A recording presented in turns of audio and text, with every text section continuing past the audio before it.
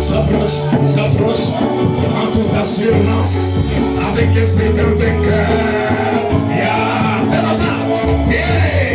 Jésus s'appelle le lion de la tribu de Juda. Tu fais comme si tu étais un vampire. Je te dis, Abraham, c'est comme un lion. Fais comme ça.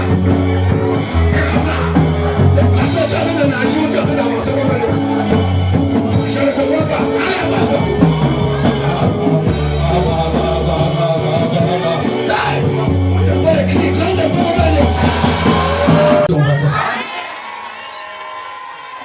Et pendant que tu acclames le roi des rois, je vais inviter ce soir quelqu'un la servante de l'événement, celle qui a été mandatée pour nous parler, la reine de ma cour, ma princesse. Alléluia.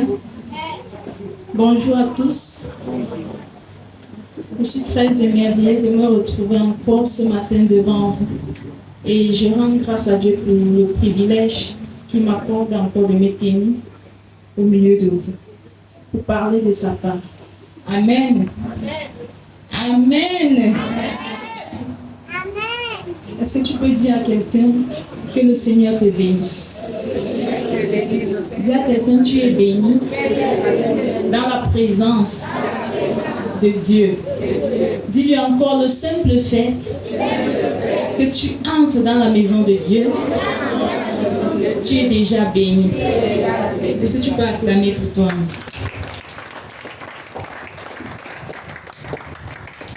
Alléluia.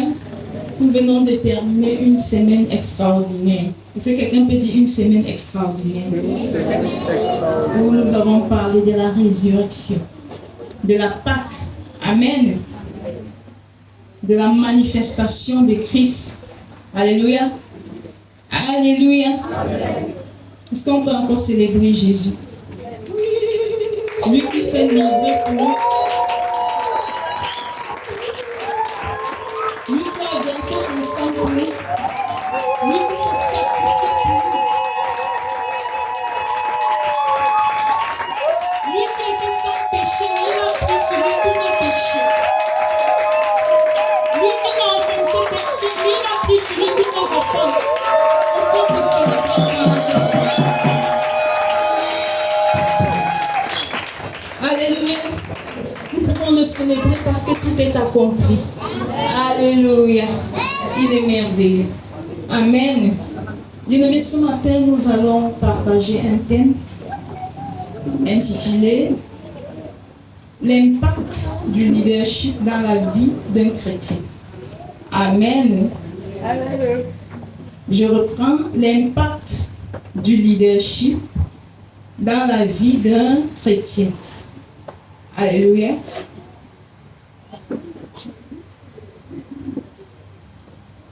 C'est un thème qu'on aborde très rarement, mais c'est ce que Dieu nous a donné ce matin. Alléluia. Le Seigneur connaît ce dont nous avons besoin, il connaît le pain qui nous correspond. Et je pense qu'il nous a donné le meilleur pour ce matin. Alléluia. Donc, pour mieux comprendre le leadership, nous allons essayer de définir le mot leader. Parce que dans le leadership, il y a d'abord leader. Amen. Alors, si nous avons compris leader, nous avons compris leadership. Alléluia. Donc, nous allons définir le leadership chrétien. Leadership chrétien. Leadership chrétien est Je vais dire le leader chrétien, autant pour moi. Alors, le leader chrétien est une personne. Le leader chrétien est une personne établie par Dieu. C'est une personne établie par Dieu pour influencer, guider et servir les autres, suivant l'exemple de Jésus-Christ,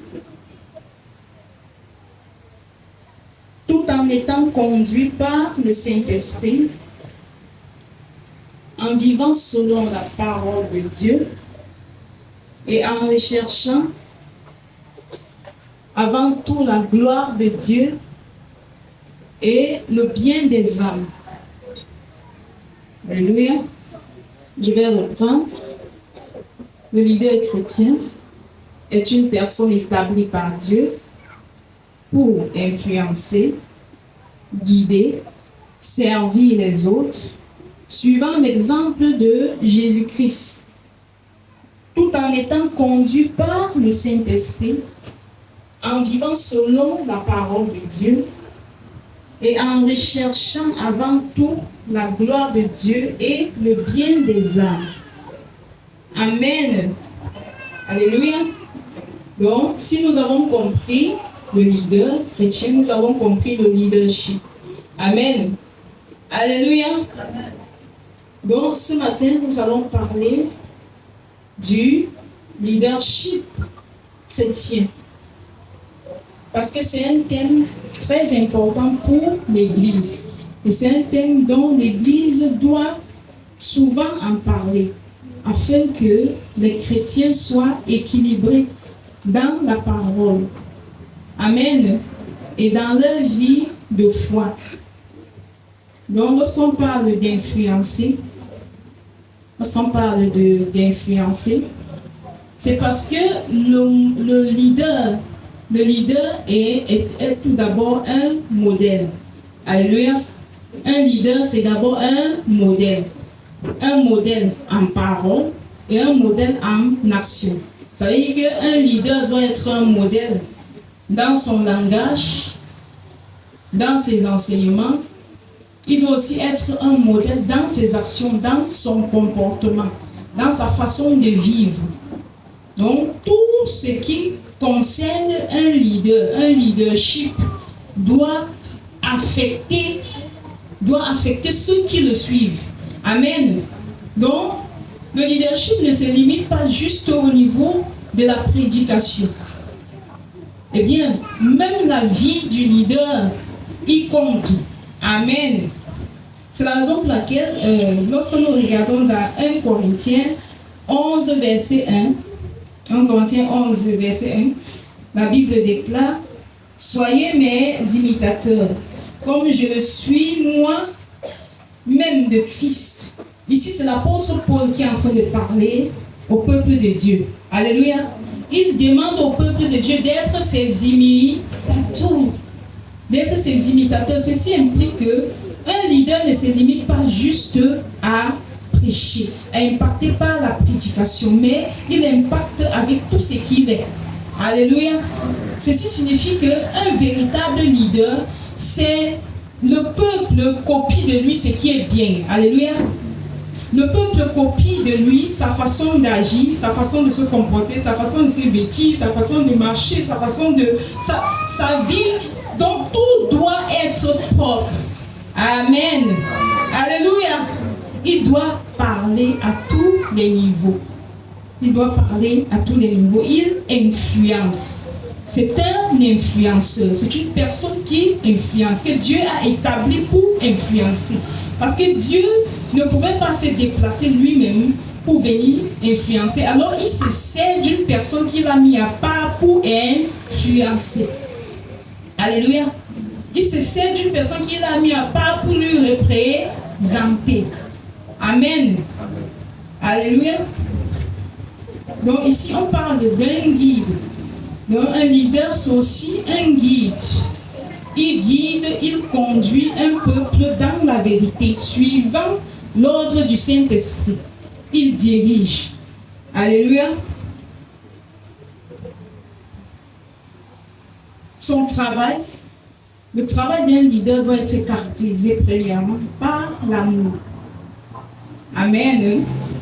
Par l'amour, par son humilité et le sacrifice. Alléluia. Alléluia. Est-ce que quelqu'un comprend? Donc, il y a l'amour. Le travail se fait dans l'amour, dans l'humilité, dans le sacrifice. C'est pourquoi ils peuvent gêner. Le leader peut gêner pour une brebis. Il peut passer des jours à prier pour une situation. Il peut parfois, même financièrement, pouvoir, lorsqu'il peut, pour une situation, pour résoudre une situation. Tout ça, ce sont des actions de sacrifice. Alléluia. Il y a autant de sacrifices et d'amour, d'humilité qu'un leader peut manifester au sein de l'Église, au sein de l'Assemblée, auprès des brebis, auprès du peuple de l'Éternel. Donc, le leader reçoit avant tout son autorité, son appel de Dieu. Alléluia. Donc le leader spirituel reçoit son appel, son autorité par Dieu. C'est Dieu qui l'établit. C'est Dieu qui l'établit pour un but précis. Donc, un leader vit en cherchant la gloire de Dieu. Tout ce qu'il fait tourne autour, sa pensée, c'est comment est-ce que je dois glorifier Dieu. Alléluia. Par conséquent, il amène le peuple à glorifier le Seigneur. Il tourne le cœur du peuple vers le Seigneur. Donc, voilà un peu. Donc, lorsque nous terminons cette définition profonde du leadership, nous devons comprendre une chose. C'est que le leadership, c'est quelque chose d'important. C'est quelque chose de très important. Et en tant que chrétien, et persévérant dans une assemblée, je veux dire dans une assemblée, nous devons comprendre le rôle du leadership dans notre vie. Alléluia. Nous devons comprendre, parce que lorsque nous n'avons pas compris, il y a certaines choses qui nous échappent, juste parce que nous n'avons pas compris. Le Seigneur dit, mon peuple périt faute de connaissance. Alors lorsque la connaissance nous manque, nous posons certaines actions, nous agissons parfois par certaines manières, tout simplement parce qu'on n'a pas su, on n'a pas compris la vérité sur certains nombres de choses. C'est la raison pour laquelle le Seigneur voudrait que son peuple puisse comprendre comment son leadership fonctionne. Amen. Et l'impact du leadership dans leur vie. Alléluia. Donc nous devons comprendre que il y a des avantages pour des chrétiens qui ont compris le leadership et qui vivent soumis et obéissants au leadership. Il y a des grands avantages. Il y a beaucoup d'avantages. Mais avant de citer ces avantages, nous allons parler d'une chose. C'est que nous ne devons pas ignorer que Dieu est un Dieu d'ordre. Et depuis les cieux, il marche dans l'ordre. Alléluia.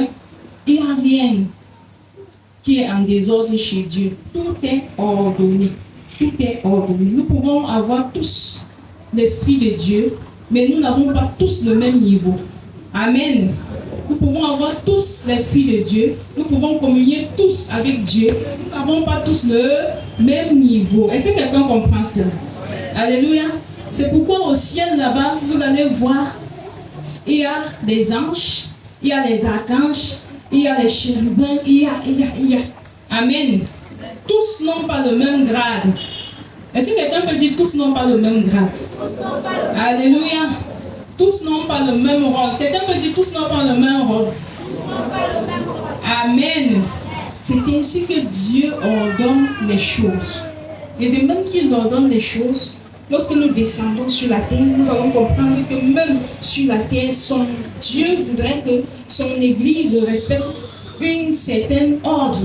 Et l'apôtre Paul cite il parle de Dieu a établi premièrement les apôtres, ensuite les prophètes, ensuite les enseignants, les évangélistes, etc.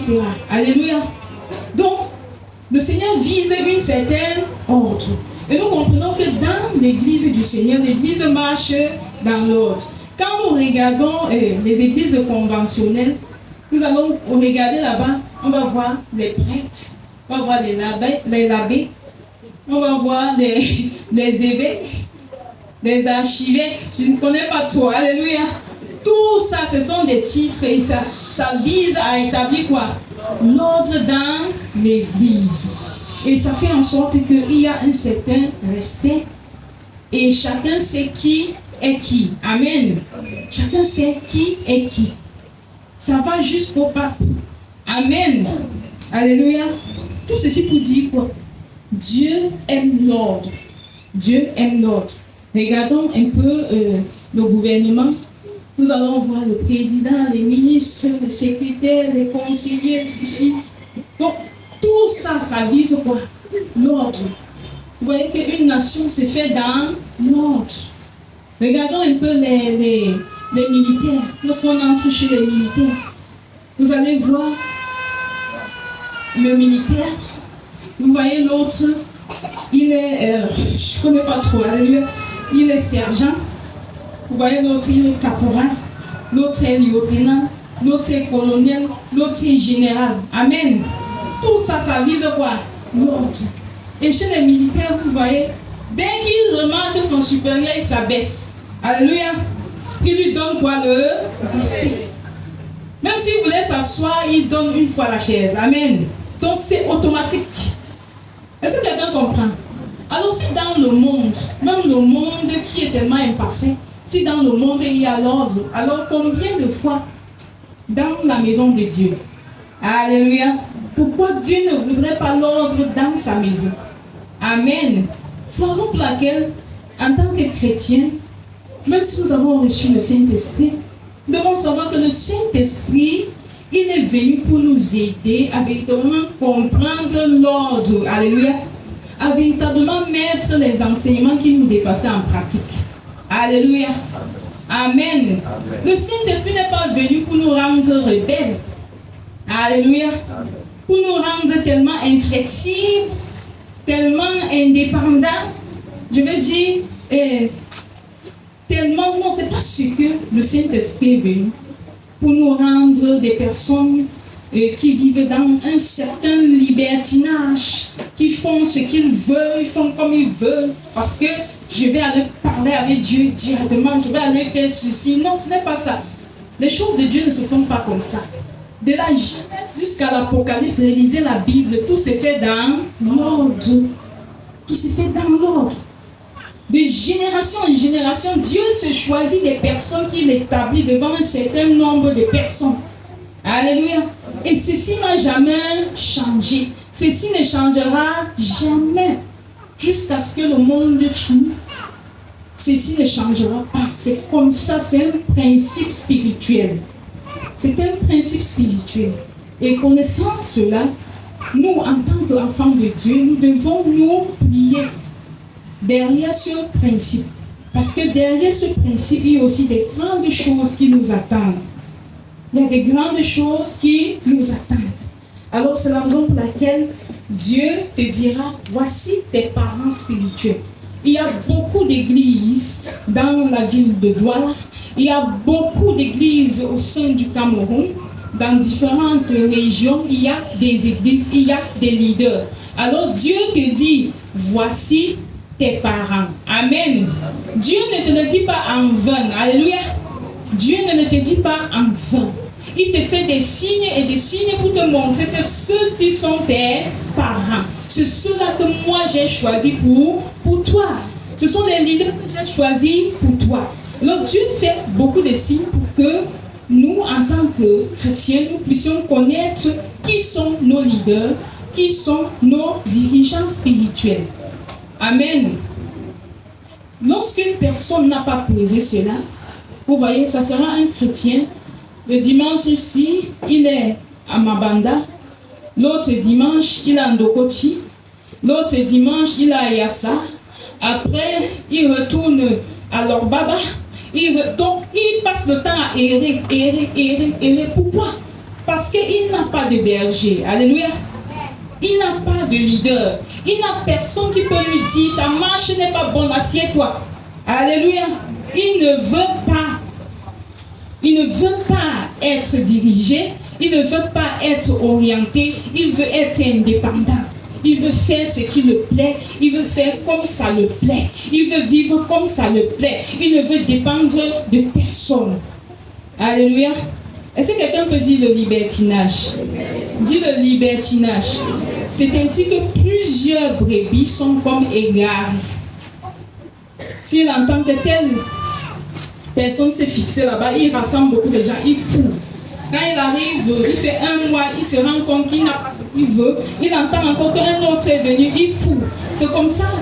Il n'a pas de lieu fixe. Il passe son temps à errer. Il erre à gauche, il erre à droite. Il est comme un enfant égaré. Alléluia. Mais nous qui sommes nés de nouveau, nous ne sommes pas égarés. Alléluia. Sur cette terre, Dieu a préparé une église, un leadership pour nous encadrer. Est-ce que quelqu'un comprend? Est-ce que quelqu'un comprend? Amen. Tout comme un enfant, lorsqu'il naît, il ne naît pas seul. Alléluia. Il naît certainement dans les bras d'une mère. Alléluia. Il naît dans une maison, dans une famille qui l'accueille, qui prend soin de lui. Alléluia. Amen. Amen. Est-ce qu'on peut acclamer le Seigneur? Donc, il y a plusieurs avantages à être obéissant, soumis au leadership que Dieu vous a donné. Alors, l'une des premiers avantages que nous allons parler ce matin, c'est celui qui obéit et est soumis à un leadership mène une vie de réussite, de faveur et de bénédiction de Dieu. Donc, il mène une vie de réussite, de faveur et de bénédiction de Dieu. 2 Chroniques 20, le verset 20.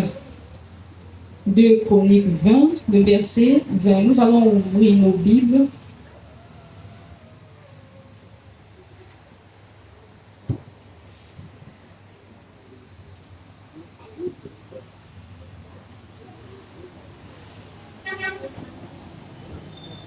Deux Chroniques 20 et le verset 20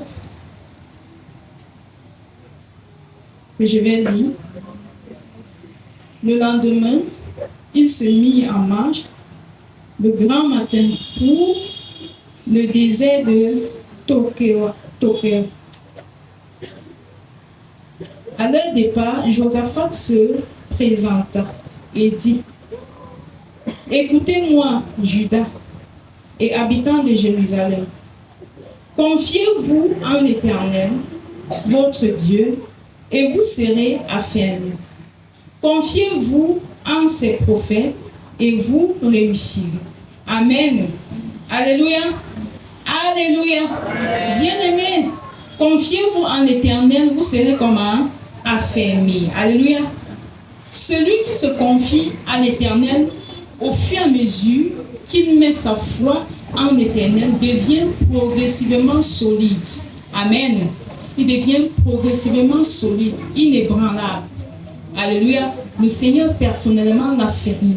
Mais celui qui se confie en ses serviteurs, lorsqu'on parle des prophètes, c'est le leadership, c'est les serviteurs de Dieu. Parce que dans certaines versions, vous allez dire vous allez entendre en mes serviteurs. Alléluia. Et lorsqu'on se confie aux serviteurs de Dieu, on a la promesse de la réussite automatiquement.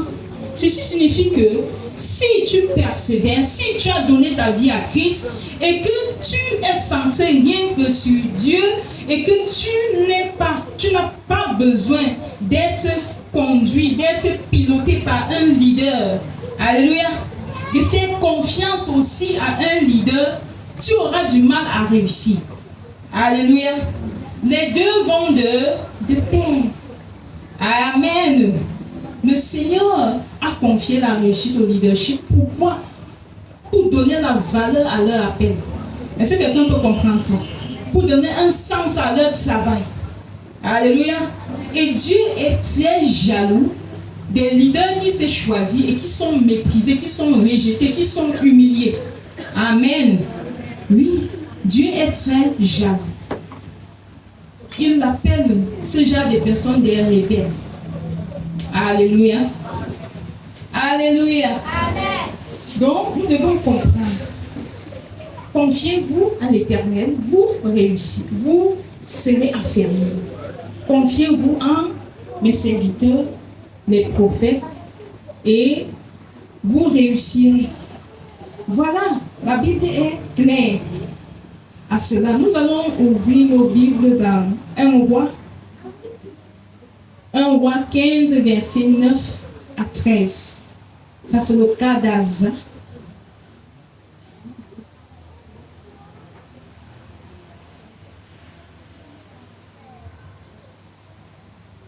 Un roi 15, le verset 9 jusqu'au verset 13. Je vais essayer de lire. La 20e année de Jéroboam, roi d'Israël, Asa régna sur Juda. Il régna 41 ans à Jérusalem. Sa mère s'appelait Maca, fille d'Abisalom. Asa fit ce qui, je vais dire Asa fit ce qui est droit aux yeux de l'Éternel, comme David son père. Est-ce que quelqu'un peut dire comme David son père? Dis comme David son père. Il ôta du pays les prostituées et il fit disparaître tous les idoles que ses pères avaient faites. Et même il enleva la dignité de reine à Maca, sa mère, parce qu'elle avait fait une idole pour Astarté. Asa a bâti son idole et la brûla au torrent de Cédron. Amen. Alléluia. Ici, nous sommes en train de voir un roi qui monte sur le trône de Juda.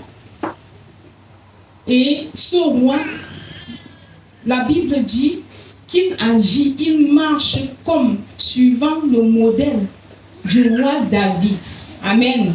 Est-ce que quelqu'un peut dire à l'époque, David est le modèle que Dieu avait planifié pour chaque roi. Dit David est le secret que Dieu avait mis pour chaque roi. Alléluia. Et alors tout ce que Dieu choisissait comme roi et qui marchait selon le modèle de qui?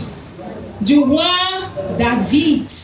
L'homme selon le cœur de Dieu. Alors parce qu'il marchait selon le modèle de David, il marchait dans la faveur de Dieu.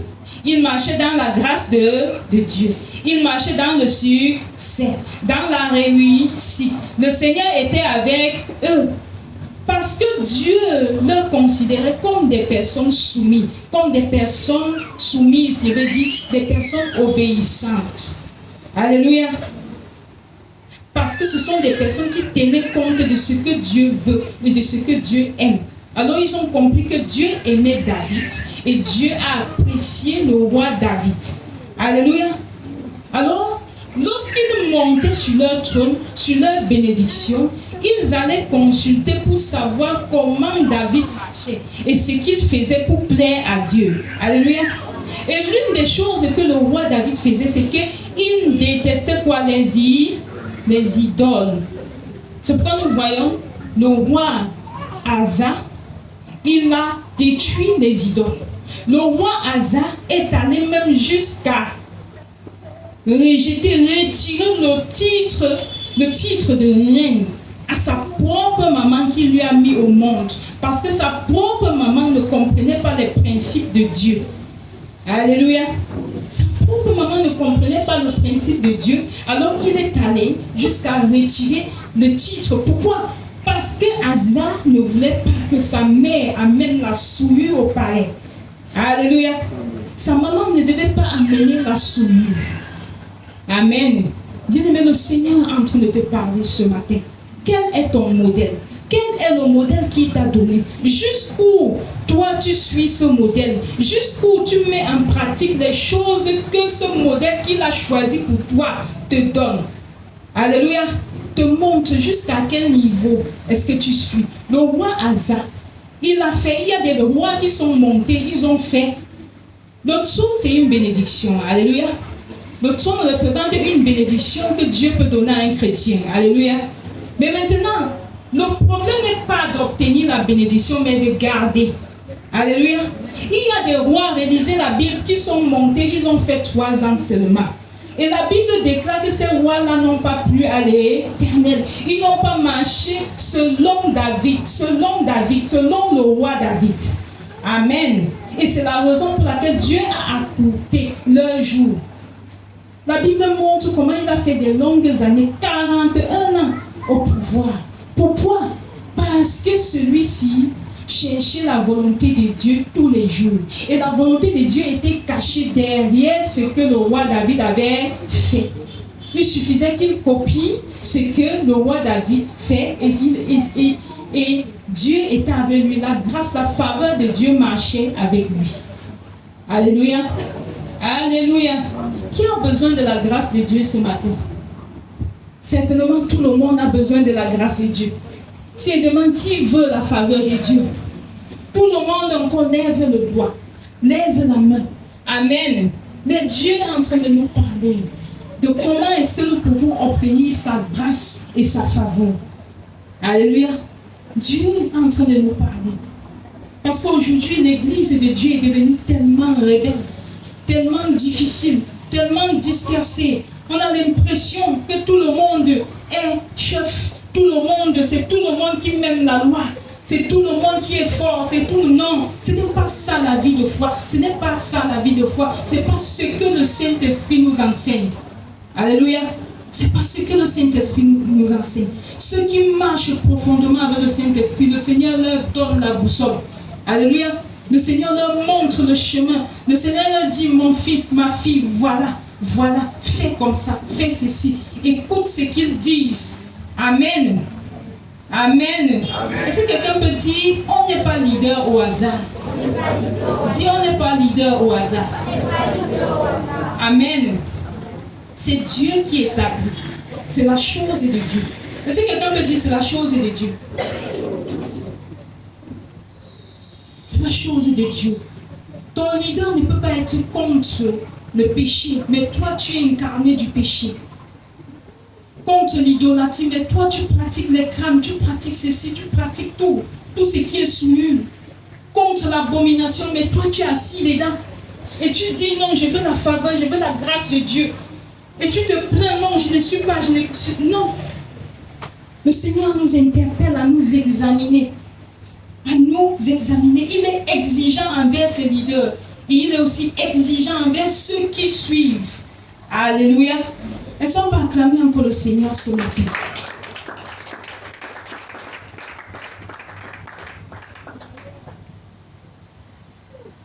Le Seigneur est très exigeant. Il y a des personnes qui n'arrivent pas à suivre le Seigneur à cause de leur mère, à cause de leur père, à cause de leur soeur, à cause d'un collègue, à cause d'une femme, à cause d'un mari. Mais regardez ce que Asa est arrivé à faire pour être conforme à son leadership. Asa est arrivé à retirer le titre de reine à sa propre mère. Mais qu'est-ce que toi tu es prêt à faire pour Jésus? Tu ne veux rien abandonner pour Jésus. Tu ne veux rien faire pour Jésus. Est-ce que nous sommes des marabouts? Non, nous ne sommes pas des marabouts. Le Seigneur a aussi ses exigences. Il a aussi des choses qu'il nous exige. Et alors nous devons nous soumettre. C'est à nous d'obéir. Et alors lui, il fait avec nous. Si nous n'obéissons pas, lui, il ne fait pas, il ne fera pas avec nous. Il fera avec ceux qui sont soumis, ceux qui sont obéissants. Nous allons voir un autre cas. C'est le cas de Josué. Exode 24, verset 13. Exode 24, 13. Nombre 27, le verset 18 à 23. Nombre 27, verset 18 à 23. Donc, lorsque nous lisons ces passages, la Bible nous présente Josué comme étant un serviteur de Moïse. Il nous présente Josué comme une personne fidèle, une personne très fidèle, accrochée aux instructions de Moïse, scotchée à ses lèvres. C'est une personne distincte, c'est une personne qui se met à part et qui se plie, qui refuse d'obéir à sa chair pour mettre en pratique ce que son leadership lui demande. Quand vous lisez ce livre d'Exode, de Nombres, vous allez voir que particulièrement Josué se distingue. Même quand son maître, son leader partait à la montagne, lui restait toujours en prière. Il était toujours quelque part non loin de lui pour attendre. S'il faisait 40 jours, lui n'était pas dans la distraction. Il attendait, il était accroché. C'était une personne intègre.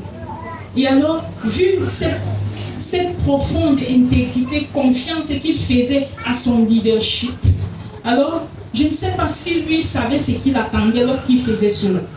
Alléluia. Mais Dieu lui réservait quelque chose de glorieux. Il était certainement persécuté par tout le peuple. Toi, tu veux montrer quoi? Tu veux même dire quoi à qui? Tu obéis à lui plus qu'à qui? Tu obéis à... Il a supporté tout cela, toutes ces choses-là, toutes ces persécutions-là de ses frères. Certainement, lui a bien persécuté, mais il ne changeait pas. Il savait que Moïse était loin de l'Éternel et que tant qu'il restait scotché à Moïse, quelque chose de bon allait se produire dans sa vie.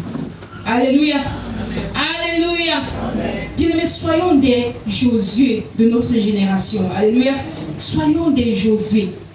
Soyons comme Josué. Parce que les personnes qui marchent comme Josué, ce sont des personnes qui ont la faveur de Dieu. Amen.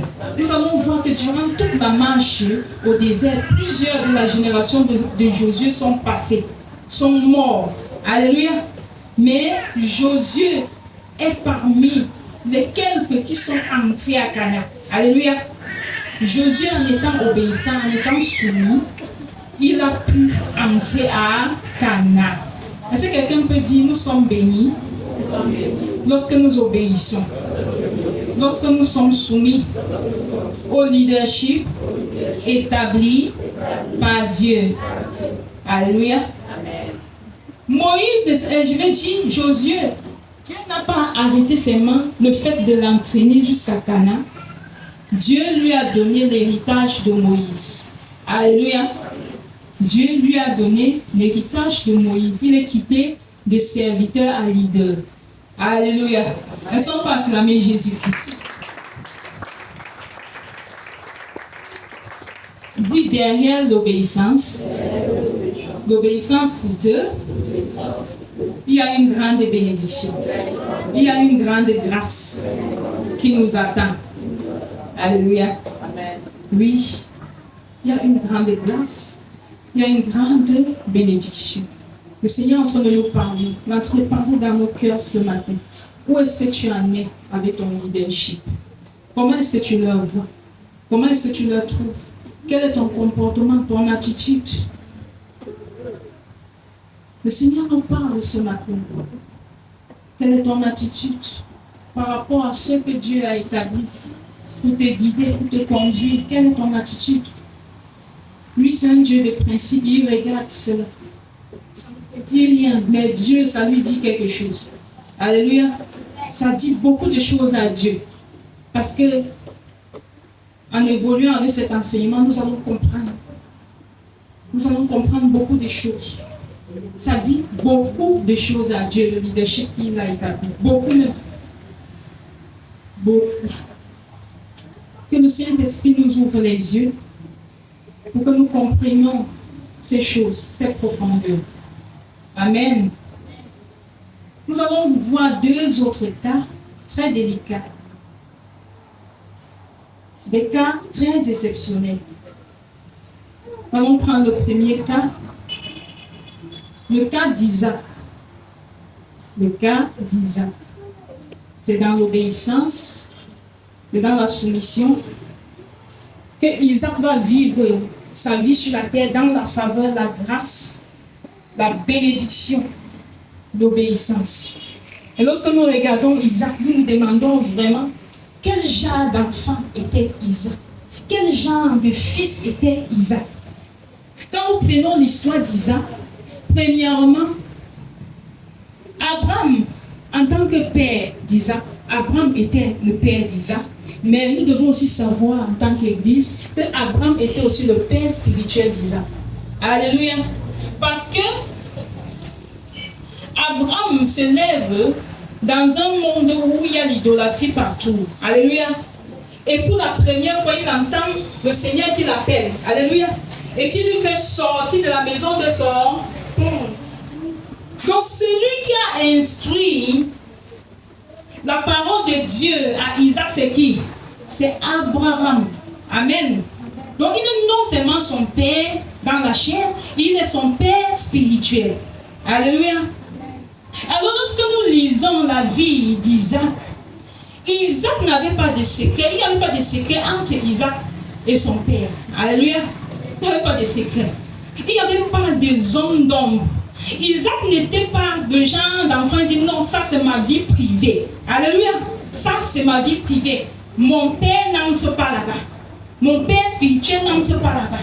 Ma mère, non. Lui n'était pas comme ça. Lui c'était quelqu'un de scotché. Et lui croyait que Dieu était avec son père. Alléluia.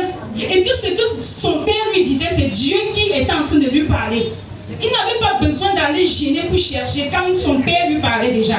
Alléluia. Il comprenait que non, c'est Dieu qui est en train de me parler. Et il l'exécutait.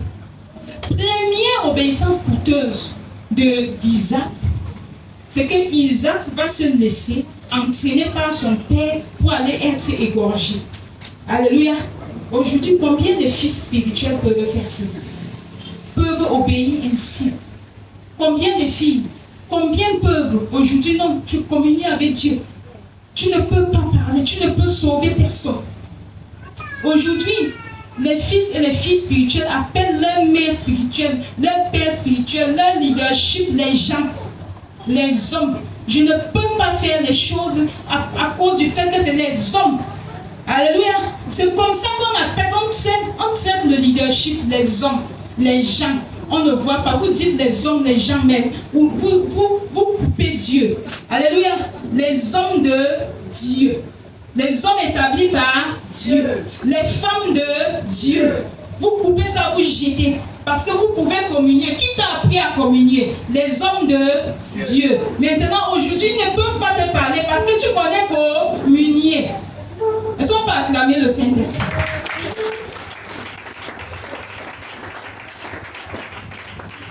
C'est comme ça l'église de Dieu. Et c'est ainsi que les enfants retrouvent des chrétiens qui connaissent toute la Bible, mais qui sont dans une rébellion qui n'a pas de nom. On retrouve tout. Pourquoi? Parce que l'enfant a grandi, il n'a plus de père. Il n'a plus de mère. Le père et la mère au niveau des lèvres. Alléluia. Alléluia. Amen. Le père et la mère, c'est au niveau des lèvres. Moi-même, la mère, tu sais que lorsque ton fils te dit ma mère, ça ne pèse pas. Ça ne pèse pas. Pourquoi? Parce que toi-même, tu vois comment sous tes yeux, il est dans la désobéissance. Rempli des convictions personnelles, personne ne peut te plier. Tu es pleine. Tu veux tout prouver. Peu importe. importe ce que tu fais, ça ne changera pas le principe de Dieu. Alléluia. Ça ne changera pas le principe de Dieu. Dieu est un Dieu de principe. Et si tu veux que Dieu fasse avec toi, tu dois apprendre à te soumettre à ses principes. Alléluia. Si tu te soumets à ses principes, il fera de grandes choses avec toi. Mais si tu ne te soumets pas à ses principes, il t'appelle rebelle. Il t'appelle rebelle. Il t'appelle enfant rebelle. Il n'y avait pas de rébellion en la personne d'Isaac. C'était quelqu'un de soumis. Sa vie n'avait même pas de valeur lorsque son père avait parlé. Quel enfant peut faire cela? Vous croyez que lorsque Abraham est arrivé à cette montagne, même quand Isaac lui a demandé, mais où est le bélier? Où est l'animal qu'on va égorger? Il pouvait déjà imaginer que c'est lui-même. Alléluia. Quand son père a dit, étale-toi, Dieu avait déjà compris que c'est lui. Amen. Mais il était prêt à se laisser égorger. Si ça peut glorifier qui? Est-ce que quelqu'un peut dire que Isaac avait les caractéristiques du Christ? Alléluia. Si le Seigneur nous enseigne tous les jours, c'est pour que nous grandissions, pour devenir à l'image de Christ. Dis l'image de Christ. Dis l'image de Christ. Dis Christ. Dis en Christ, il n'y a pas de rébellion. Mais d'où vient l'église de Dieu remplie de rébellion? Remplie de rébellion. Remplie de rébellion. Quelle est cette église? Quelle est cette église remplie de rébellion? Isaac n'avait pas de vie devant la volonté de son père, devant ce que son père avait fait. S'il fallait donner sa vie, il donnait. Pourquoi tu penses que Dieu est fou pour te donner une mère, pour te donner un père? Pourquoi tu penses qu'il ne peut pas t'aider? Tu penses que ton père spirituel doit juste te réciter la Bible? Mais maintenant, il ne peut pas t'aider sur ton travail, non. Il ne peut pas t'aider sur ton foyer. Il ne peut pas t'aider, non, c'est ma vie privée. Il ne faut pas qu'il entre dans ma vie privée. Alléluia. Il ne doit pas entrer dans moi. Ça, c'est ma vie privée. C'est mes choses. Non, c'est mes choses. Et nous voyons les catastrophes. Nous voyons beaucoup de catastrophes. Il y a de cela, il y a peu de temps, j'étais en train de parcourir YouTube. Je suis tombée sur plusieurs vidéos de la vie de Osimachi. Et la chance qui est décédée, paix à son âme. Et il y a une chose qui m'a tiqué, c'est que quand je suis les témoignages, je me rends compte qu'elle persévérait dans une très grande église et chantait là-bas. Elle était invitée, il y avait une notion spéciale qui s'est dégagée en elle. Alléluia. Elle avait un père, elle avait une mère. Mais cependant, cette femme, cette même femme qui chantait, ça touchait tout le monde, avait un grand problème. Alléluia. C'est que là-bas, dans son foyer, rien ne marchait. Alléluia. Ça ne marchait pas. Rien ne marchait. Mais cette femme n'a jamais eu le courage d'aller voir le docteur Paul Enich pour dire qu'on me découpe. Alléluia. Pour dire que je suis pris. Pour dire que c'est fichu pour moi. Je ne vis pas, je subsiste.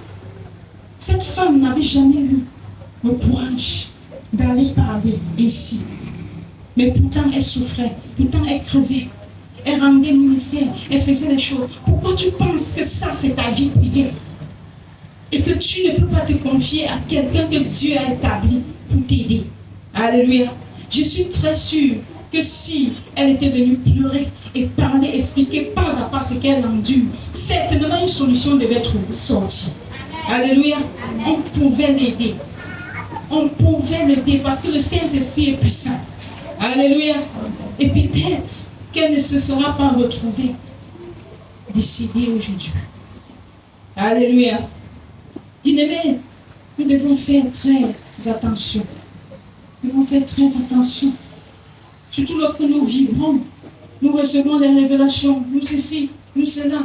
À un certain moment, on a l'impression qu'on n'a plus besoin du leadership, on n'a plus besoin de rien, on connaît déjà tout contrôler, ceci, cela. Non, il y a même certaines choses qui nous échappent. Il y a certaines choses qui nous échappent. Quand on écoute sa sœur jumelle, elle disait non, c'est sa chose. Elle va régler ça personnellement. Ne dit à personne. Ne dit à personne. Pas un mot. Mais cependant, elle souffrait. Elle crevait. Il y a des choses que Dieu permet pour parler à son peuple. Alléluia. Il y a des choses que Dieu permet pour parler à tout son peuple. Donc nous devons faire très attention. Quelle est la place de ton leadership? Parce qu'il parle à son église. Il parle aux chrétiens. Chrétiens. Chrétiens. Vous êtes dans des familles. Lorsque tu es dans une maison, simplement de façon ordinaire, tu as un père, tu as une mère. Et lorsque tu es désobéissant, tu n'obéis à rien de ce papa, de cette maman, est-ce que tu réussis? Alléluia. C'est l'échec. Quand papa te dit, tu es là, peut-être tu fais 6e, il te dit, applique-toi sur tes cours. Passe au moins 2 heures de temps par jour sur tes cours. Alors tu sais que papa sort tout le temps, maman sort tout le temps. Quand tu restes, tu jettes les cahiers, tu allumes la télé, tu vois jusqu'au soir. Et puis quand papa vient, tu fais le semblant. Tu reviendras. À fin de trimestre, tu viendras avec 8 de moyenne. Tu viendras avec 6 de moyenne. Tu viendras avec 7 de moyenne. Puisque tu n'as rien fait. Tu n'as rien fourni. Pourquoi? Parce que tu es dans l'entêtement, dans la désobéissance, dans la têtutesse.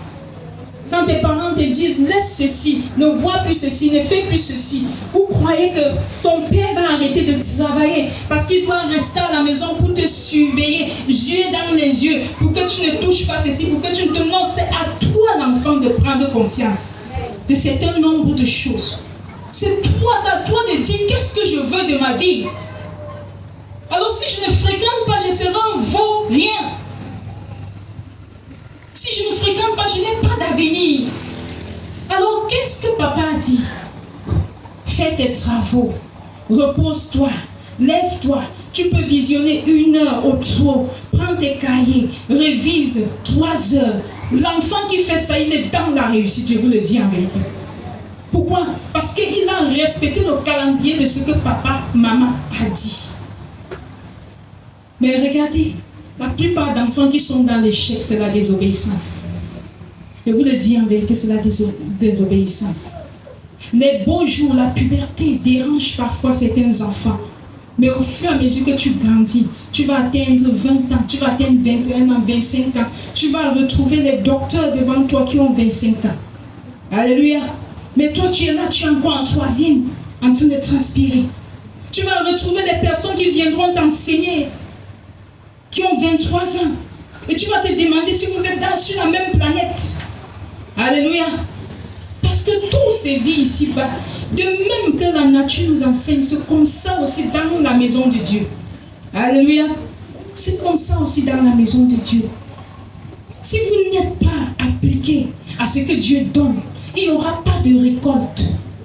Alléluia. Il n'y aura pas de récolte. Le moment de la moisson, il n'y aura rien. Il n'y aura pas de moisson. Et c'est comme ça, comme vous êtes attristés, vos parents sont attristés avec vous. Alléluia. Au lieu de faire le bonheur, vous faites le malheur des parents. Vous êtes comme des pots de colle. Pourquoi? Parce que vous n'avez pas été tout simplement dans l'obéissance. Derrière l'obéissance, il y a la réussite. Il y a des personnes que Dieu savait qu'à un certain bout de temps, s'ils suivent honnêtement, au bout d'1 an, ils seront capables de prêcher. Mais si la personne reste dans la désobéissance pendant 1 an, pourra-t-il prendre un micro un jour? Alléluia.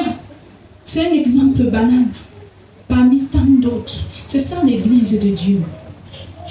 C'est ça l'église de Dieu. C'est ça l'église de Dieu aujourd'hui.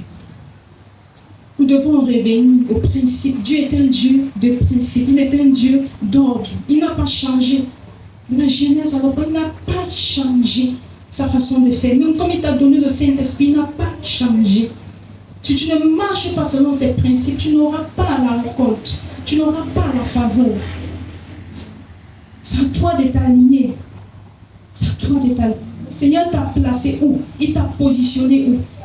C'est à toi de prendre conscience de cela.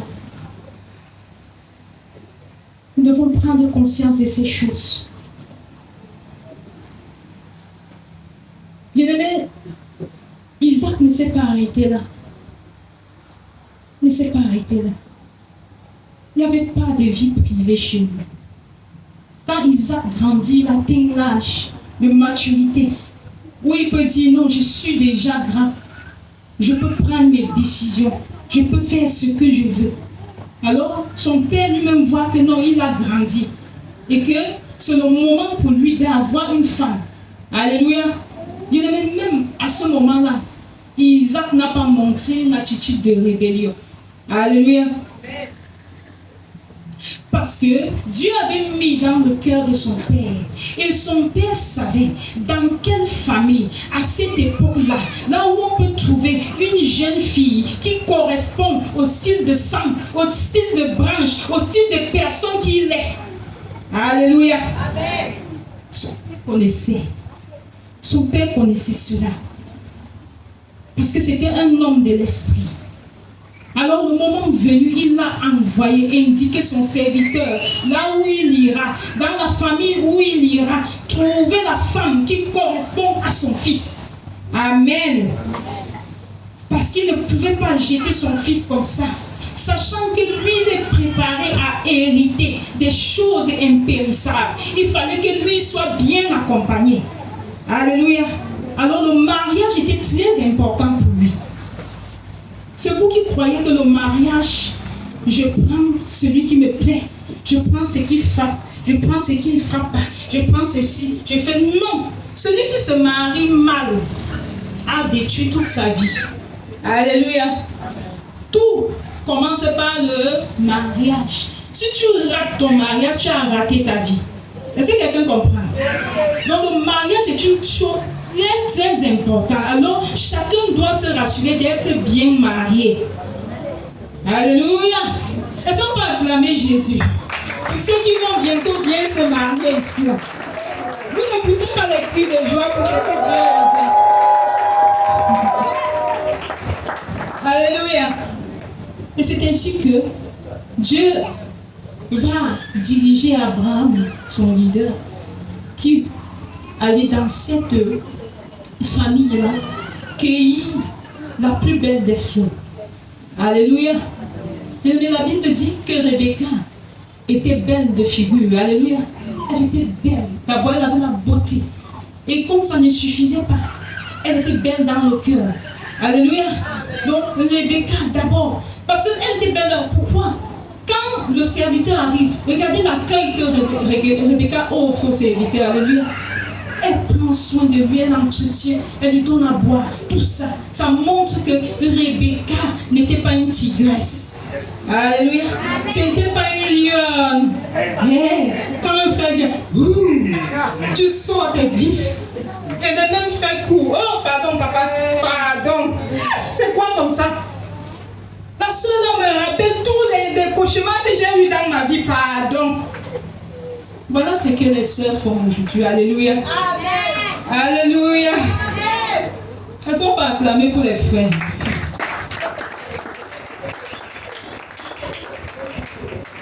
Alléluia. Quand elle a joué son rôle, elle n'a pas regardé sa beauté, elle n'a pas regardé ses talents, elle n'a pas regardé ses dons, elle n'a pas regardé tout ce qu'elle avait. Elle ne s'est pas fiée à ça. Elle a joué ses rôles comme une femme parfaite, comme une femme aimable. Et elle a marqué ce serviteur. Alléluia. Et c'est ainsi qu'elle devint la femme, l'épouse de l'heureux élu, le père des multitudes, Isaac. Alléluia. Ne sont pas acclamés Jésus pour ça.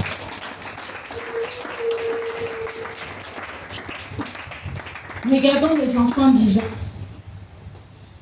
Saul, il marchait un peu comme des rebelles. La Bible dit qu'il a pris les épouses païennes. Alléluia. Regardez, lui qui n'a pas cherché à être encadré par un leadership, il a pris quoi? Les épouses quoi? Païennes. Oui, c'est ça. lorsqu'on fuit le leadership, pas fait de bons choix. Il a pris des épouses païennes. Or, lui, il était l'aîné, il était censé porter l'héritage de qui? d'Isaac. Alléluia. Et s'étant déjà mal marié, ça dessinait déjà qu'il n'était pas la personne indiquée pour pérenniser quoi? L'héritage. Dis l'héritage. Dis l'héritage spirituel. Amen. Et c'est ainsi. Regardez leur père, Isaac. Il était obéissant. Il est entré en possession dans la douceur, dans le calme. Comme il n'a pas souffert. Il n'avait pas besoin d'aller gérer, d'aller secouer. Non, il y avait quelqu'un qui secouait pour lui. Alléluia. Quand tu veux gêner, tu veux mourir, ton estomac va éclater. Oui, parce que tu refuses que quelqu'un secoue pour toi. Tu refuses que quelqu'un secoue le trône pour toi à cause de ton orgueil. Dis l'orgueil. Dis l'orgueil. Oui, l'orgueil hante ton cœur et tu prends ça pour l'esprit. Alléluia. Bien-aimés, nous devons sortir dans certaines rébellions et être à l'image de Christ, être des imitateurs d'Isaac pour pouvoir vivre le véritable plan de Dieu dans notre vie. Amen. Alléluia. Il n'y avait pas des hommes d'ombre. Ce n'était pas ma vie. Ce n'était pas ceci. Ce n'était pas ça. Non. Ce n'était pas ça dans la vie d'Isaac. Isaac était soumis. Isaac était obéissant. Que ce soit même les choses concernant sa vie, sa chair, il était obéissant. Les choses concernant son foyer, il était obéissant. Et la faveur, la grâce de Dieu était avec lui. Et finalement, la femme qu'il a épousée, c'est cette femme-là qui parvient à transmettre l'héritage à la bonne personne. Alléluia. Alléluia. Vous voyez le rôle de Rebecca. Amen. Finalement, c'est Rebecca. Parce que lui, Isaac, il voulait donner, comme il voulait suivre les premiers-nés. Amen. Alléluia. Dans la logique, il fallait que ce soit... Alléluia. Mais par contre, il y avait quelqu'un que Dieu avait réservé, il avait annoncé avant à ça. Alléluia. Et cette personne était Jacob. Dis Jacob. Amen. Bien-aimés, nous devons faire très attention. Très attention au leadership que Dieu nous a donné. Surtout quand Dieu te dit, voilà ton père, voilà ta mère, voilà tes parents. Ce n'est pas au hasard. C'est une façon de dire, tu peux les écouter. Tu peux leur faire confiance, tu peux leur suivre, tu peux leur obéir, tu peux te soumettre. Amen. Alléluia. Acclamons encore Jésus.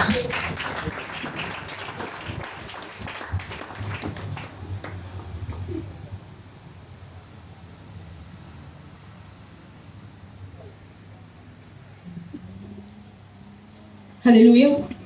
Nous devons savoir qu'en tant que des leaders, nous sommes responsables de vos âmes. La Bible le dit dans Hébreux 13, 17. Tu peux lire à la maison. Hébreux 13, 17. Nous sommes également responsables. Ceci signifie que si nous vous manageons très mal, nous aurons des comptes à rendre à Dieu. Alléluia. Si nous faisons cela pour nos intérêts, alors nous aurons les comptes à rendre à Dieu. Non, les peurs de perdre que vous faites là, non. Si nous sommes mauvais et que toi tu es vrai, le Seigneur va nous châtier pour ça. Alléluia. Le Seigneur va nous châtier parce que nous avons mal travaillé, nous avons mal fait notre travail. Amen. Mais ce n'est pas à toi de nous juger. Fais confiance à Dieu. Fais confiance à Dieu, c'est faire confiance à ses serviteurs. Alors j'ai fait confiance à tes serviteurs. Voilà, ils m'ont mal géré, ils m'ont mal digéré. Alors le Seigneur sait comment il va traiter qui? Ses serviteurs. Alléluia. Pourquoi tu fais les peurs de perte? Penses-tu que Dieu est vraiment fou? Ou te dit c'est ta mère, c'est ton père? Non, je ne pense pas. Pourquoi tu penses ici? Pourquoi tu te déranges? Tu n'as pas à te déranger. Nous sommes les serviteurs de Dieu. Alors, si nous travaillons mal, le Seigneur sait comment nous châtier. Alléluia. Il le dit dans sa parole. Lui seul sait comment traiter ses serviteurs. Lorsqu'ils marchent mal, lorsqu'ils font le faux, lorsqu'ils font ce qui n'est pas bien, Dieu sait comment il va bien les traiter. Alléluia.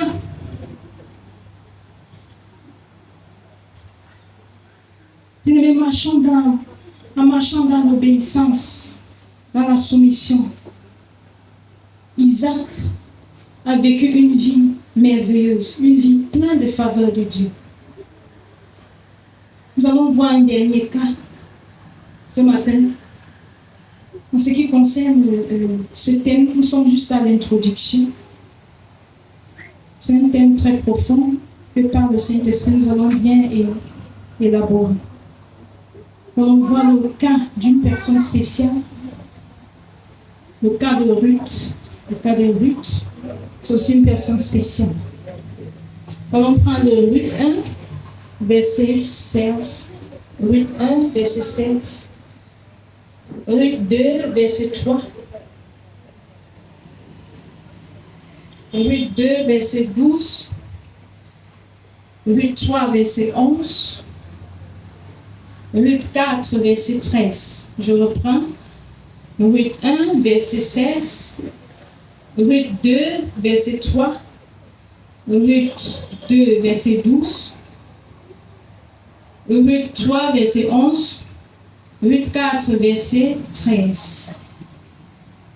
Alors, nous n'allons pas tout lire l'histoire de Ruth, mais nous allons essayer de paraphraser pour comprendre ce que Dieu veut que nous puissions comprendre ce matin concernant sa vie. Alléluia. Alléluia. Lorsque nous entrons dans l'histoire de Ruth, Ruth est originaire du pays de Moab. Donc, Ruth, c'est une Moabite. Les Moabites sont des peuples païens. Quand on dit peuple païen, ça veut dire que ce sont des personnes qui servent des faux dieux, des Moloch, des dieux de mouches, Astarté, etc. Ce sont des personnes qui ne servent pas le Dieu vivant, que le Dieu d'Israël servait. Donc, Ruth est belle-fille à Naomi. Ruth est une belle-fille à Naomi. Naomi qui a quitté Israël, qui se retrouve à Moab. Alors, Naomi, c'est la belle-mère de Ruth. C'est la belle-mère de Ruth. Alors, Naomi, elle était croyante. C'était une croyante parce qu'elle était israélite, elle était juive. Elle était croyante. Et étant une croyante, s'étant retrouvée à Moab, elle a dû, ses fils étaient mariés.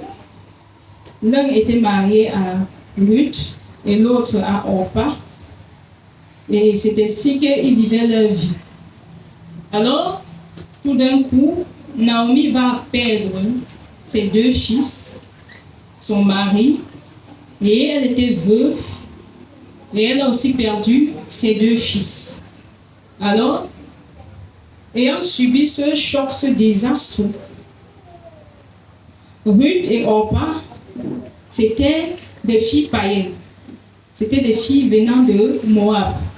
Alors, elles avaient le choix de partir, de retourner, vivre, continuer leur vie, puisque la vie de Naomi était semblable à un cauchemar, à une vie maudite. C'est comme si Dieu avait maudit Naomi et elle est veuve, elle perd encore ses deux enfants, elle n'a pas de petits-fils. Alors, il n'y a rien de bon, elle est toute seule. Donc, c'était une personne toute seule. Mais, lorsque nous lisons la Bible, nous comprenons que Ruth étant demeurée au pied de Naomi, n'avait pas vu Naomi comme peut-être Naomi elle-même se voyait. Alléluia. Mais Ruth avait vu en Naomi quelque chose de spécial. Alléluia. Quelque chose de spécial. Et Ruth avait aimé comme ça le Dieu que Naomi servait plus que les dieux où elle a grandi. Alléluia. Est-ce que quelqu'un comprend? Ruth a grandi dans l'occultisme, les idoles, les ceci, la sorcellerie, les fausses croyances. C'est là-bas que Ruth a grandi. Mais cependant, quand elle arrive chez Naomi, elle est plutôt galvanisée par la façon que Naomi sert son Dieu. Amen. Et malgré les échecs, malgré les déceptions, malgré tout ce que Naomi a pu avoir, qui faisait de Naomi une personne remplie de malédictions, Ruth ne voyait pas Naomi comme ça. Amen. Est-ce que quelqu'un peut dire qu'il faut avoir les yeux de l'Esprit? Dit qu'il faut avoir les yeux du Saint-Esprit pour localiser les bonnes personnes. Nous devons savoir que, de la manière que je vous explique, vous comprenez alors que, on va lire, avant que je conclue ça, Ruth 1, verset 16, je vais lire. C'est Ruth qui déclare: où tu iras, j'irai. Où tu demeureras, je demeurerai. Ton peuple sera mon peuple et ton Dieu sera mon Dieu. Alléluia. Est-ce qu'on peut acclamer Jésus? Parce que le Dieu de Naomi a triomphé dans la vie de Ruth. Amen.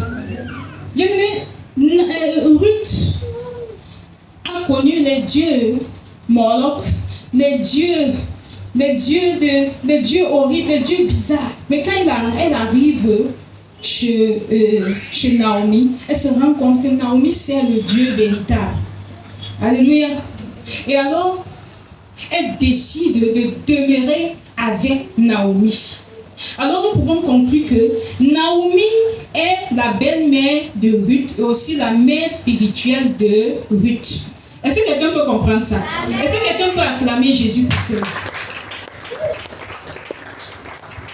Donc, Naomi est le leader de Ruth. Amen. Naomi est le leader de Ruth. Alors, qu'est-ce qui se passe entre Ruth et Naomi? Le moment venu, Naomi est fatiguée et elle se dit: bon, c'est le temps pour vous de partir. Je ne sais pas, vous faites encore quoi? Partez. Vous êtes libres. Mes fils sont morts, je n'ai plus rien. Je n'ai même rien à vous donner, donc partez. Alors, Orpa va se détacher, elle va obéir à la voix, elle va partir, elle va prendre son chemin, on ne parle plus d'elle. Alors, voilà Ruth. Ruth, elle va rester, elle va dire: jamais sans toi. Alléluia. Moi, je vais sauf que continuer avec toi. Si tu entres, au moins je vais entrer. Mais combien d'enfants spirituels sont encore capables de ce jour à dire cela, de prononcer ces paroles derrière leur leader? Oui, j'aimerais te dire que Ruth avait toutes les raisons de dénigrer Naomi. Alléluia. Parce que Naomi n'avait plus de valeur. Parce que Naomi était dans une faiblesse. Naomi avait tout perdu. Elle était lamentable. Elle était même dans une situation, elle n'avait même plus de force. Il y avait son mari, ses filles, tout. Elle avait tout perdu. Elle était là comme ça, veuve de son état. Elle n'a plus rien. Il n'y a même plus rien en elle. Combien? Mais cette Ruth a dit: non, je ne sais comment, mais je vais sauf que te suivre. Bien-aimé, j'aimerais te dire, quand le Seigneur t'a dit c'est ta mère, c'est ton père, bien-aimé, suis comme Ruth. Alléluia. Suis comme Ruth. Ne regarde pas à l'apparence des choses. Ne regarde pas aux faiblesses. Alléluia. Parce qu'il n'y a aucune mère, aucun parent sans faiblesse sur cette terre-là. Alléluia. Ne regarde pas. L'essentiel, c'est que Dieu t'a dit quoi? Alléluia. Qu'est-ce que Dieu t'a dit? Qu'est-ce que Dieu t'a dit? C'est ton père, c'est tes parents. Alors c'était suffisant. Ruth savait que c'est ma belle-mère. Alléluia. Et j'aime son Dieu, j'aime sa croyance. Ça va, ça me suffit, je veux la suivre. Je ne veux plus retourner chez les païens. Pourquoi Dieu te montre chaque jour? Tu viens, tu pries, tu tapes les mains, mais Dieu te montre, tu es toujours dans la maison de ton père, enchaîné là-bas. Dis les convictions. Dis les convictions. Tu n'arrives pas à entrer dans la maison de ton père spirituel. À entrer dans la maison de ta mère spirituelle. Parce que tu as encore comme les idoles sur toi. Tu as encore les idoles. Tu n'arrives pas à laisser derrière toi le sang. Tu n'arrives pas à laisser ça. Quelque part, le sang gonfle encore. Quelque part, le sang gonfle. Oui. il y a une autre partie, c'est que beaucoup d'enfants de Dieu aiment s'identifier. C'est très facile de dire, c'est mon père spirituel lorsqu'il roule dans les grosses voitures. C'est mon père spirituel lorsqu'il traîne les foules. Mais lorsqu'il est encore dans une situation semblable à Ruth, c'est difficile de brandir, c'est mon père, c'est ma mère, ce sont mes parents. C'est difficile de brandir cela. Et c'est comme ça, beaucoup d'enfants spirituels ont honte de leur père spirituel. Ils ont même honte de témoigner ce que Dieu utilise leur père, leur mère pour faire dans leur vie. Alléluia. Ils ont honte. Pourquoi? Parce qu'on va dire, où est ton église? Tout ce qu'on a fait là, c'est où? Il a honte. Il a honte de tout. Mais Ruth n'avait pas honte de Naomi. Alléluia. Ruth n'avait pas honte de Naomi. Ruth a mangé la souffrance avec Naomi. Ruth a souffert avec Naomi. Ruth a crevé avec Naomi. Ruth a traversé le désert avec Naomi. Elle a tout fait avec Naomi. Voilà les véritables fils et filles spirituels. Les véritables fils et filles spirituels ne sont pas ceux qui attendent que la grandeur pour venir se percher. Non. Si tu ne souffres pas aujourd'hui avec ton père, avec ta mère, demain tu n'auras aucun témoignage à donner. Tu n'auras rien à donner. Accepte souffrir. Parce que ta souffrance permet à ta mère de monter. Ta souffrance permet à ton père de monter et devenir ce qu'il est. Tous ces ministères aujourd'hui qui vous impressionnent, ils ont commencé doucement. Ils ont commencé sous l'arbre, mais ils sont devenus grands. Parce qu'il y a des fils et des filles qui ont compris et qui ont demandé à Dieu, Dieu bénis-moi pour mes parents. Qui ont dit, Seigneur, je veux la bénédiction pour mes parents. Je veux relever ce qu'ils ne peuvent pas faire. Il y a des fils qui ont pris conscience. Et ils ont prié de tout cœur. Et lorsque Dieu a ouvert les portes, ils ont touché les millions de saisies, ils ne se sont pas vantés. Ils sont allés. Il y a peu de temps, le Seigneur me montrait. Il me disait, regarde ta fille, regarde comment elle te voit. Regarde comment elle te voit. Regarde. Et quand elle te voit, elle dit, cette mère ne peut pas m'impacter pour la bénédiction. Elle ne peut pas m'impacter pour la bénédiction. Regarde, moi je suis d'abord riche. Je suis d'abord riche. Je suis d'abord riche. Je suis d'abord riche. Je suis d'abord riche. Voilà ce que Dieu me montrait. Il me dit, et pourtant, la bénédiction qu'elle veut lui donner viendra de toi. Mais si tu ne comprends pas que cette personne-là que tu vois qui ne ressemble à rien, c'est lui qui te bénit, tu ne sauras pas être reconnaissant. Il n'y aura pas de reconnaissance. Tu n'auras pas de reconnaissance. Quand Dieu va te bénir, comme papa disait tout à l'heure, on va t'appeler, tu vas dire, ah, je suis fatigué. Le travail me fatigue. J'ai beaucoup voyagé. Je suis vraiment inspirée.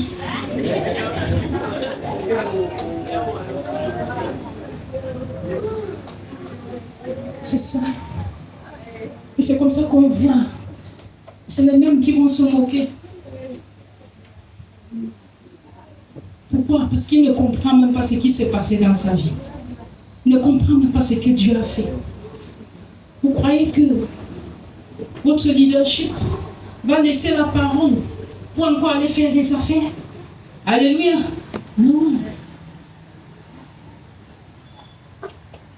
Dieu n'a pas besoin de ça parce que tu es son élément. Alléluia. Tu es son élément. Tu es la personne indiquée pour cela. Dieu peut ouvrir la sagesse dans ton cœur pour les affaires internationales. Si seulement tu comprends certains principes. Alléluia. Si seulement tu comprends.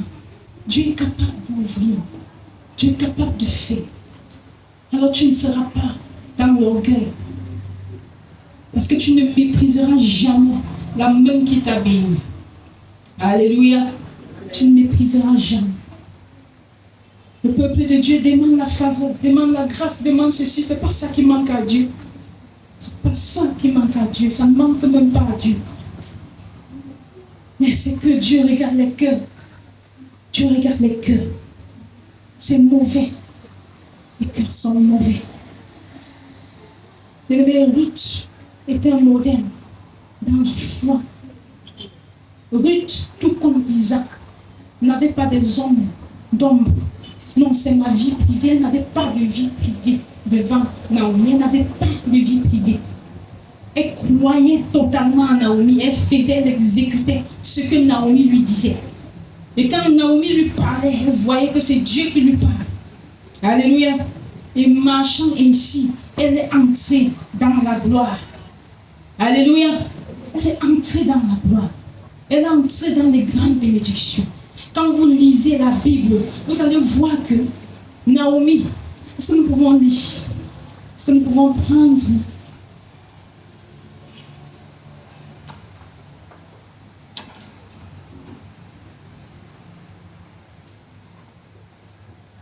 Nous allons prendre Ruth 3.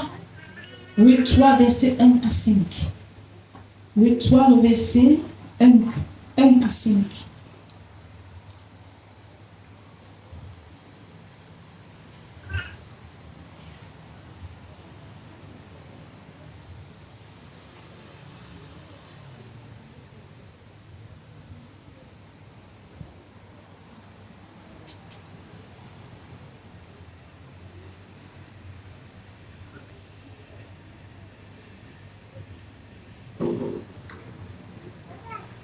Si quelqu'un a trouvé l'idée dans la lecture, je vous en prie.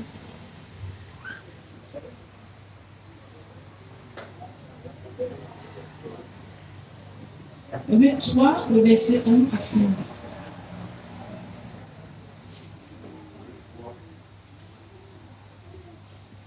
Ruth 3, verset 1 à 5.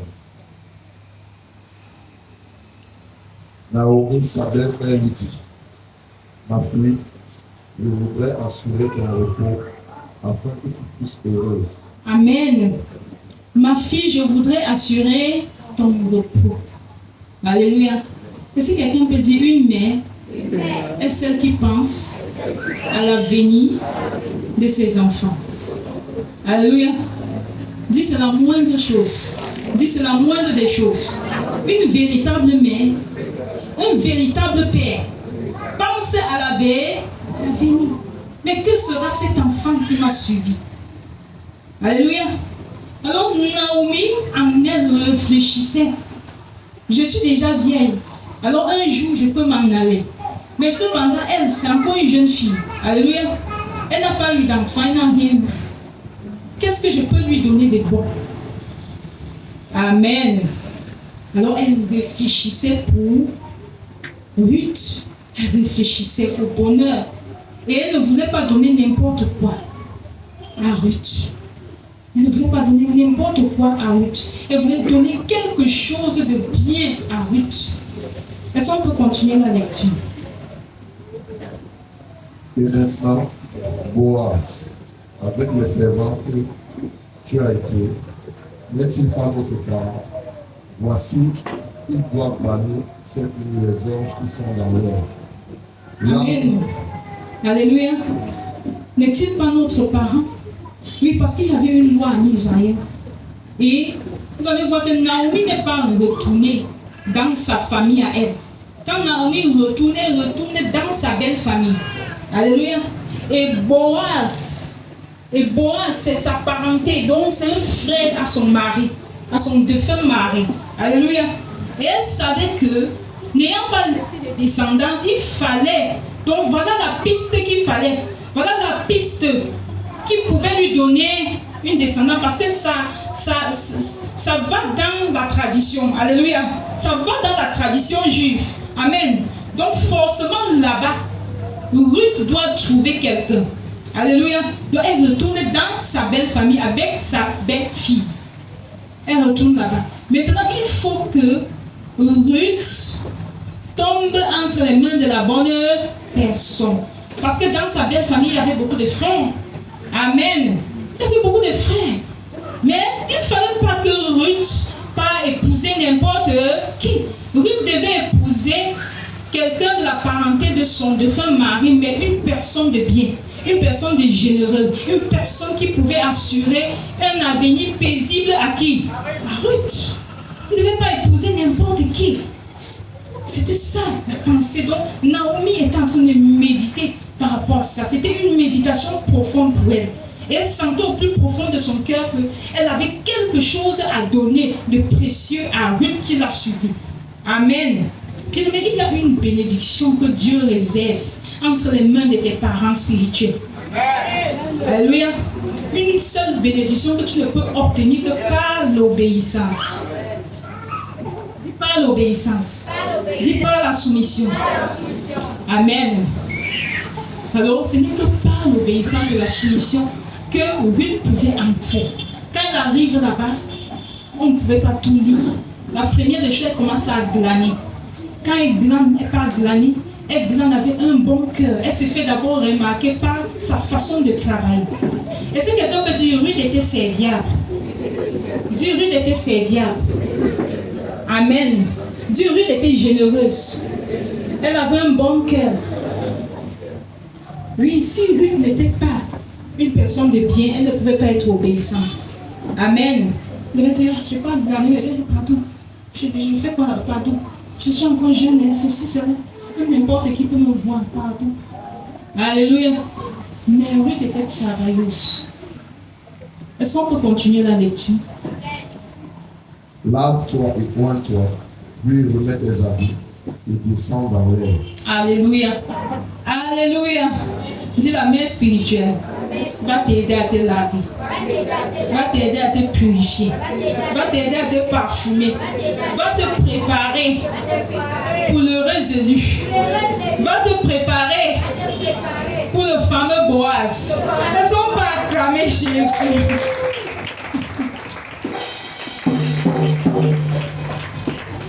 Amen. Dis qu'on ne va pas vers Boaz avec la saleté. Non, on va vers Boaz avec la propreté. Naomi connaissait comment Boaz fonctionnait. Alléluia. Elle connaissait les lois, tout ce qui... Elle savait comment manipuler jusqu'à ce que ça donne. Alléluia. Amen. Dieu lui avait mis cette sagesse. Cette sagesse pour rendre cette chose-là possible. Vous avez vu, est-ce que Naomi partait, elle voit Boaz? Non, mais elle connaissait, elle lisait Boaz. Elle connaissait comment Boaz est. Amen. Et ce qui était bien pour Boaz. Elle connaissait. Elle connaissait. Est-ce qu'on peut continuer la lecture? Tu ne te feras pas connaître à lui jusqu'à ce qu'il ait achevé de manger et de boire. Et quand il ira se coucher, observe le lieu où il se couche. Ensuite, va, découvre ses pieds et couche-toi. Il te dira lui-même ce que tu as à faire. Amen. Alléluia. Ne vous pensez de vous à moi que lorsque Naomi est entrée dans tous ces détails, donc Ruth n'a pas compris de quoi est-ce qu'il s'agissait. Alléluia. Ruth a bien compris de quoi est-ce qu'il s'agissait. Vous pensez que Ruth ne pouvait pas refuser ça? Alléluia. Ruth pouvait refuser, n'est-ce pas? Alléluia. Ruth pouvait refuser, Ruth pouvait dire que non, moi je ne veux pas faire ça. Moi je ne veux pas faire ça. Mais regardez les instructions. Tout ce que Naomi lui a dit, elle l'a fait. Elle allait faire exactement comme Naomi l'a dit. Elle a fait. Bien-aimé, je vais profiter pour parler de quelque chose au sein d'une vérité. D'une vérité. C'est que il y a des personnes qui rencontrent leurs épouses. Alléluia. Mais il y a des personnes que Dieu montre, révèle leurs épouses, même parfois à leurs parents. Alléluia. Il y a des personnes que Dieu révèle parfois leurs épouses à leurs parents. De l'autre côté, les jeunes filles, les jeunes sœurs, les sœurs en général, et les frères aussi, doivent avoir de la sagesse. Alléluia. Doivent marcher dans la sagesse de Dieu. Parce qu'il y a certaines choses qu'on obtient. Ta vie n'est pas la vie de l'autre. Alléluia. Chacun a sa vie. Chacun a sa vie. Moi, j'ai évolué dans des ministères où j'ai vu des sœurs. Je m'excuse, je vais devoir prendre un peu de votre temps. Parce que j'aurais dû commencer à 11h. Alléluia. Amen. Donc, je suis désolée. Alléluia. Donc, j'aimerais dire une chose. j'ai évolué dans un ministère. Et dans ce ministère, j'ai observé des tas de choses parce que c'était un très grand ministère de plus de 500 membres. Alors, il y avait beaucoup de choses qu'on pouvait voir au sein de ce ministère. Mais j'aimerais dire que les femmes les plus sages sont ceux qui entrent dans leur destinée. Alléluia. Parce que Dieu a réservé quelque chose pour tout le monde. Est-ce que quelqu'un comprend? Mais cependant, j'ai vu des sœurs que elles étaient fatiguées des demandes en mariage. Alléluia. Ça veut dire que le dimanche ici, tel frère vient faire sa demande en mariage. Après un mois, l'autre vient faire sa demande en mariage. Après 2 semaines, l'autre frère vient faire sa demande en mariage. Elle se retrouve avec même 5 dossiers dans un même ministère. De 5 personnes différentes qui veulent sa main. Alléluia. Donc, et sans compter les demandes en mariage qu'elle a à l'extérieur. Donc, elle est en embarras. Elle ne sait pas quoi faire. Et elle tête ici, elle tête là-bas, elle joue ici, elle joue là-bas parce qu'elle est tellement en embarras. Mais j'ai vu aussi des sœurs qui font même 6 mois, 1 an, 2 ans. Personne, on ne vient même pas lui demander son nom. Tu t'appelles même comment? Rien. Est-ce que quelqu'un comprend? Alléluia. Bien-aimé, j'ai vu des personnes qui comptent sur leur parure physique pour être mariées. Mais j'ai vu des personnes aussi que Dieu n'a pas déposé ce qui est bon en eux sur leur parure. Est-ce que quelqu'un comprend? Ceci signifie que sa parure est interne. Alléluia. Alléluia. Est-ce que quelqu'un peut dire la parure interne? Dis la parure interne. Amen. Alléluia. Bien-aimé, aujourd'hui, je suis en train d'aller à 9 ans de mariage. Est-ce que vous pouvez acclamer Jésus?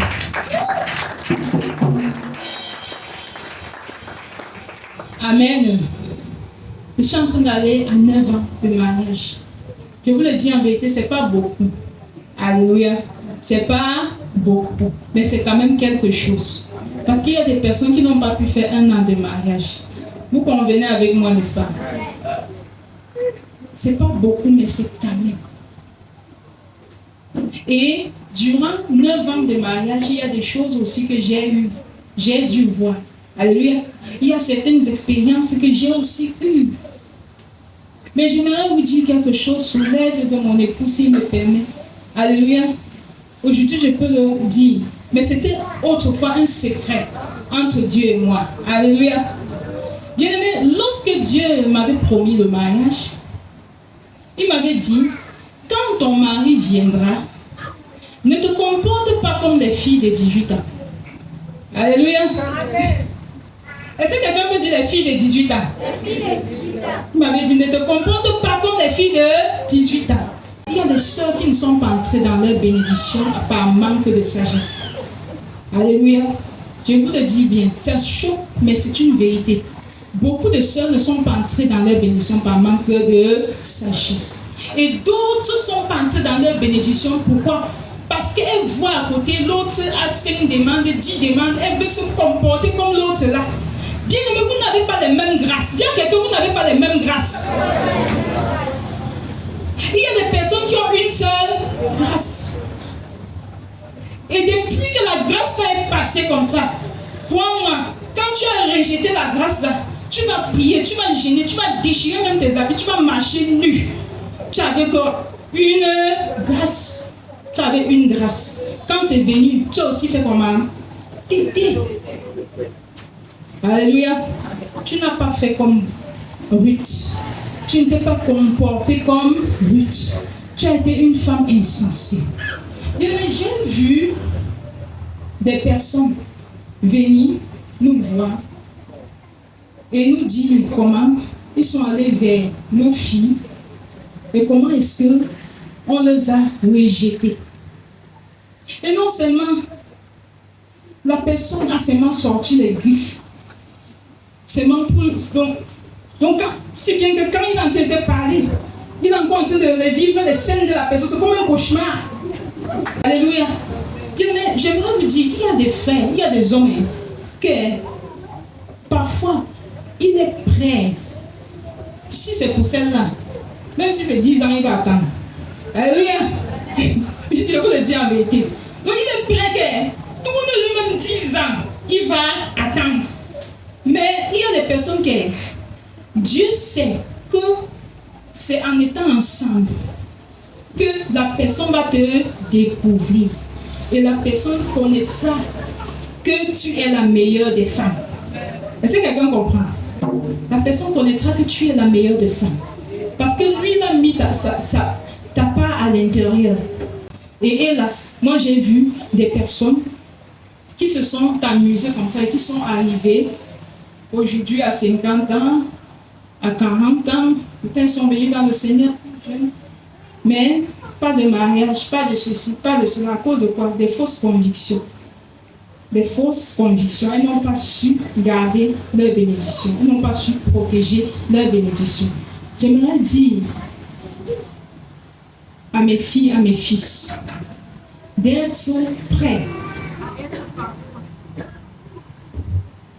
D'être prêts et prêtes à être parfois à exécuter les ordres de Naomi. Alléluia. Alléluia. Amen. Alléluia. Amen. Lorsque nous lisons ici, est-ce que j'aimerais que vous-même vous me répondez cette question?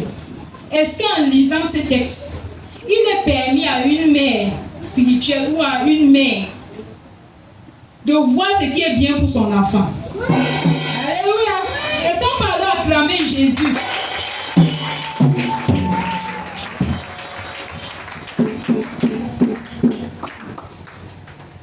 Même si on peut acclamer Jésus, mais aujourd'hui, j'aimerais vous dire que beaucoup de personnes sont dans les raisonnements.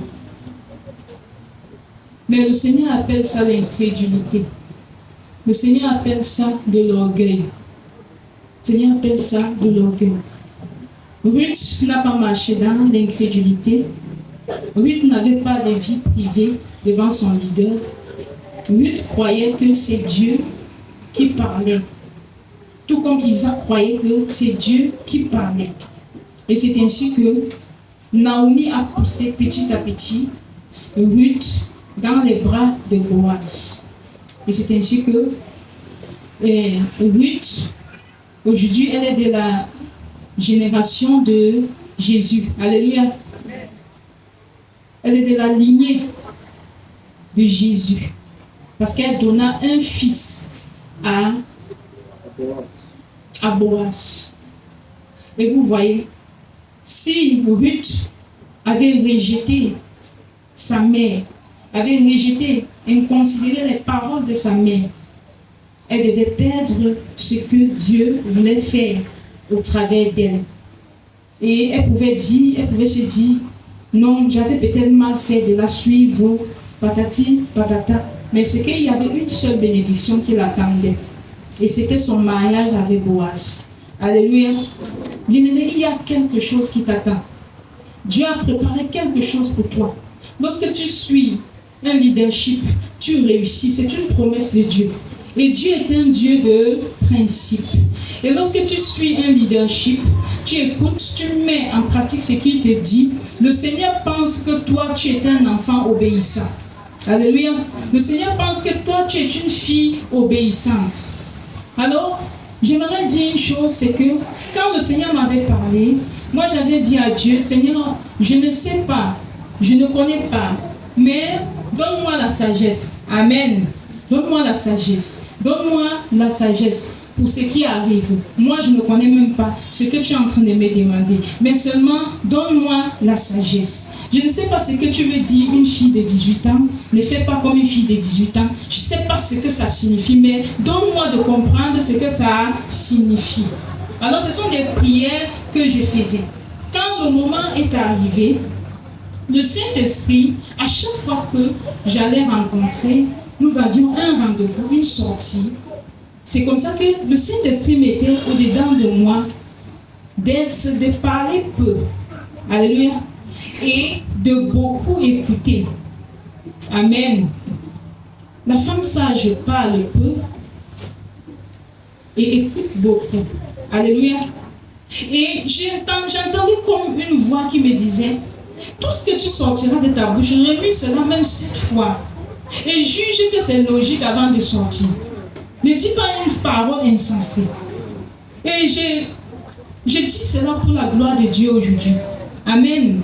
Et je m'étais retrouvé une chose que j'avais constatée, c'est que tous les rendez-vous que nous avons eus, à chaque fois qu'on terminait notre conversation, mon époux aujourd'hui, alléluia, il me disait toujours, mais c'est comme si tu lisais les pensées de mon cœur. Alléluia. Et il me disait toujours, c'est comme si tu étais la réponse à toutes mes questions. Yes. Amen. C'est comme si tu étais la réponse à toutes mes questions. Donc, je n'allais pas le voir dans la chair. Amen. Mais j'allais le voir en esprit. Parce que je disais que si c'est quelque chose que Dieu veut, il ne faudrait pas que par moi-même je la détruise. Amen. Alors par conséquent, j'avais besoin que l'Esprit de Dieu me donne ce qu'il faut, les mots qu'il faut, les paroles qu'il faut. Parce que dans un premier temps, moi je le voyais comme un frère. Et que je peux rendre un ministère dans sa vie. Si je peux l'aider pour quelque chose, il faut que je l'aide profondément. Et ce sont ces choses-là que Dieu utilisait pour faire en sorte que je le marque. Alléluia. Et c'est ainsi qu'au fur et à mesure, papa le dit souvent ici, que lui, il a reçu la révélation. Alléluia. Que j'étais sa femme. Il a reçu, il est venu vers moi parce qu'il a reçu la révélation. Et alors, de l'autre côté, le Seigneur m'a dit, tiens-toi comme il faut. Alléluia. Bien-aimé, au fur et à mesure, les choses sont devenues compliquées entre lui et moi. Est-ce qu'on va acclamer la Saint-Esprit?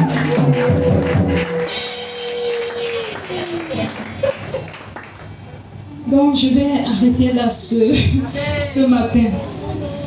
Et que celui qui a les oreilles entende ce que l'Esprit Saint dit dans les églises. Que le Seigneur bénisse sa parole.